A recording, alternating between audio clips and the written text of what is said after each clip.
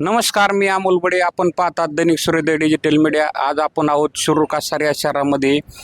गेल्या काही दिवसापूर्वी महाराष्ट्र राज्य अन्न व औषध प्रशासन या विभागावर तुकाराम मुंढे साहेब यांनी पदभार घेतल्यानंतर महाराष्ट्रात अन्न व भेसळ या विभागामार्फत हजारो ठिकाणी धाडी मारण्यात आलेल्या आहेत. काल शिरूर कासार येथील आपण हे पाहतात, हे बिकानेर शॉप आहे. याच्यावरती पण काल इथं धाड मारली आहे औषध प्रशासन विभागाने.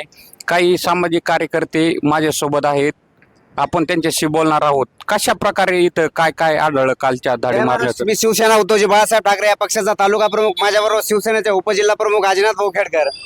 खरं तर आज मी शिरूर कासार शहरातील जिजामाता चौकामध्ये आहे. जिजामाता चौकामध्ये हे बिकानेर स्वीट होम आहे. खरं तर इथं जे आतमध्ये दिसत आहे, जे पेढे जे जेवढं अन्न आहे खाण्यालागी, जे माणसाला खाण्यासारख्याच्या गोष्टी आहेत, खरं तर हे या ठिकाणी स्वीट होम नसून हे जहराचं होम आहे. इथं जहर विकलं जातं, माणसं मारण्याचे इथं औषध विकलं जातं. इथं अन्न इतकं मोठी भेसळ आहे बेकार. काल यांच्या गोडाऊनवरती जिथं माणसं मारण्याचं हे जे डुप्लिकेट म्हणजे दुधाचा काही विषय नाही, ज्या ठिकाणी माणसं मारायचा कारखाना चालू आहे त्या ठिकाणी अन्न व भेसळ आणि शिरूर कासार पोलीस स्टेशनच्या पोलिसांनी त्या ठिकाणी त्यांच्या कंपनीवर मला वाटतं दहिवंडी या ठिकाणी छापा टाकला, धाडा टाकल्या. मग धाडा जरी टाकल्या, छापा टाकला, तुम्हाला सगळे पुराणे अशी सगळं सापडलेलं आहे. तिथं माणसं मारण्याचं जहर सापडलं, दूध नसताना तिथं दूध सापडलं. यांच्याकडे मशीन आहेत, गुरं नाहीत, कुठला रतीबोला नाही, तरी देखील यांच्या ड्रमची ड्रम त्या कंपनीमध्ये दूध.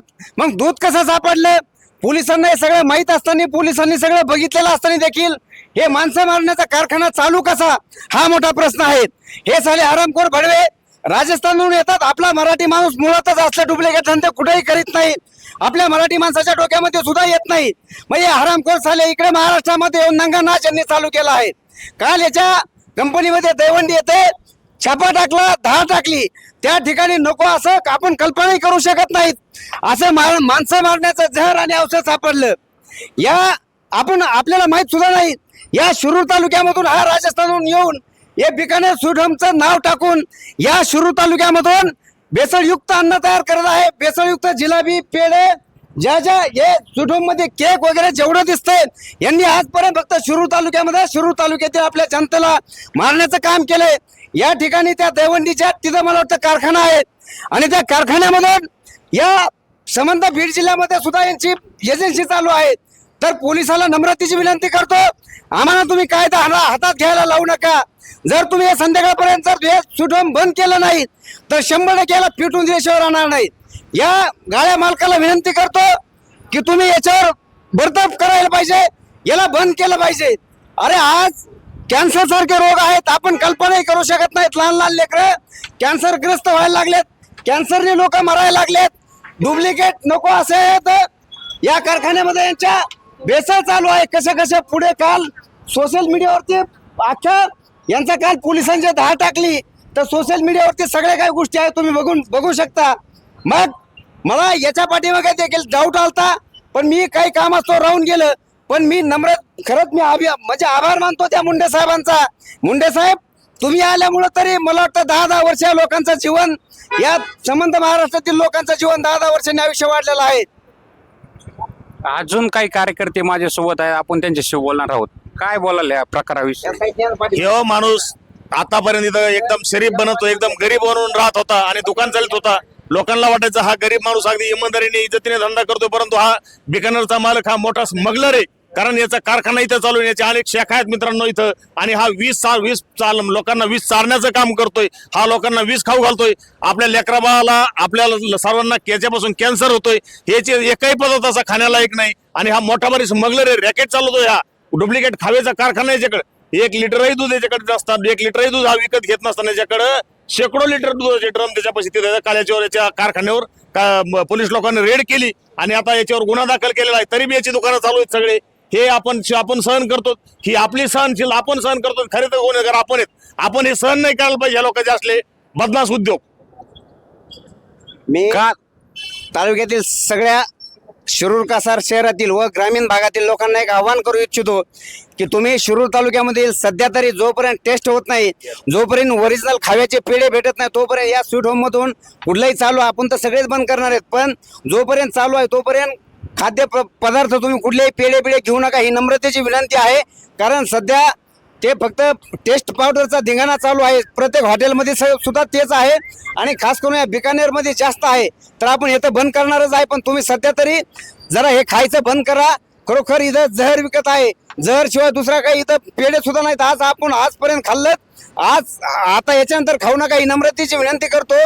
आपण हे बंद करणार आहे. त्यांनी जर बंद नाही केलं, पोलिसाच्या माध्यमातून जर बंद नाही केलं, तर आज संध्याकाळपर्यंत वाट बघू ना, उद्या संध्याकाळी याला 100% फोडल्याशिवाय राहणार नाहीत. काल इथं रेड मारले असता यांच्या सर्व मिलावटचे जप्त केले असता, तरी पण आज यांनी हे दुकान उघडं ठेवल्यामुळं हे सगळे कार्यकर्ते या ठिकाणी आक्रमक झालेले आहेत आणि कडक शब्दात त्यांनी इशारा दिला आहे की पोलिसांनी जर यावरती कारवाई नाही केली, प्रशासनाने नाही कारवाई केली, तर हे दुकान आम्ही तोडून टाकणार आहोत. मी अजून एक गोष्ट सगळ्या लोकांना एक चांगल्या पद्धतीची सांगू इच्छितो. आता जर हे असंच राहिलं तर या भारतावर, या महाराष्ट्रावर परकीय आक्रमणाची गरज नाही. एकतर आपल्या शिरूर तालुक्यामध्ये प्रत्येक गावामध्ये देशीचे दारूचे दुकानं, तिथं देखील केमिकल आहे, डुप्लिकेट दारू आहे. अनेक लोकांचे प्रपंच उद्ध्वस्त केलेत, अनेक लोक मारण्याचं काम केलंय, म्हणजे काम चालू आहे. हे जर असंच राहिलं तर ज्या लोकांनी स्वप्न बघितलंय या भारत देशावर पुन्हा राज्य करायचं, ते काय काळ लई लांब राहिलेलं नाही. जर आपण आज जागृत नाही झालो, हे असे जहर विकण्याचे दुकान आहेत, विष विकण्याचे दुकान आहेत आणि खेडोपाडी दारू, केमिकल दारूचे दुकानं देखील आहेत. तर सगळ्याला नम्रतेची विनंती करतो, याच्यापासून वाचायचं असेल तर जागृत व्हा आणि तरच हा देश टिकेल. अन्यथा आपला एक एक मराठी माणूस संपत चाललाय. हे बाहेरून भडवे येत आहेत, कसलं तरी विष विकत आहेत. आपल्या खेड्यापाड्याने पूर्ण दारूचे दुकानं चालू आहेत, लहान लहान लेकरं दारू पित आहेत आणि ती दारू म्हणजे ओरिजिनल देशी राहिलेली नाही, ते डुप्लिकेट केमिकल आहे. बाबांनो, जागे व्हा आणि आपल्या प्रत्येक गावाचं रक्षण करा. आपण हे असंच राहिलो तर हा देश मातीत गेल्याशिवाय राहणार नाही. अजून काही सामाजिक कार्यकर्ते माझ्यासोबत आहेत, आपण त्यांच्याशी बोलणार आहोत. एवढी मिलावट चालू आहे, एवढ्या कारवाया चालू आहे, तरी ह्या लोकांची अजून हिंमत आहे. आपण पाहतात शिरूर कासार मधला मेन चौक आहे, हा मेन चौकात काल यांच्यावरती कारवाई करून तरी पण आज यांनी दुकान उघडं ठेवलंय. काय बोलायला याविषयी? खरं तर मी तुकाराम मुंडे साहेबांचं खूप खूप आभार मानतो. जर आपल्या आरोग्याची काळजी त्यांच्यासारखे व्यक्ती जर घेत असतील तर आपणही सामान्य माणसांनी समोर येण्याची गरज आहे. जर काही भेसळ होत असेल, काल त्यांनी छापा टाकला, बरेच त्याच्यात भेसळ निघली, युरिया वगैरे असं प्रमाण निघलंय. मग पोलीस प्रशासनाला आमची हात जोडून विनंती आहे की त्यांनी तात्काळ यांच्यावर कारवाई करावी व हे बंद करण्याची कृपा करावी. तसंच जे तालुक्यात आजो काही भेसळयुक्त चालू आहे, मग कोणते हॉटेल असतील, कोणते स्वीट असतील, कोणते वडापावचे असतील, कोणाचं साधं हॉटेल असेल, तिथं सुद्धा पेपर वगैरे कशा सिस्टीमने चालू आहे, काय आहे. आता हे लवकरच तुकाराम मुंडे साहेबांची जी टीम आहे ती तालुक्यात लवकरच सक्रिय व्हावं, ही बी आमची विनंती आहे. आणि प्रत्येक दुकानदारांनी आपल्या आपल्या नियमानं की कोणाचं तरी आरोग्य धोक्यात जाऊ नये, त्यापासून कॅन्सर होतात, कोणते पण आजार होतात, त्यापासून आपण थोडंसं हे व्हावं, एवढीच आमची विनंती आहे.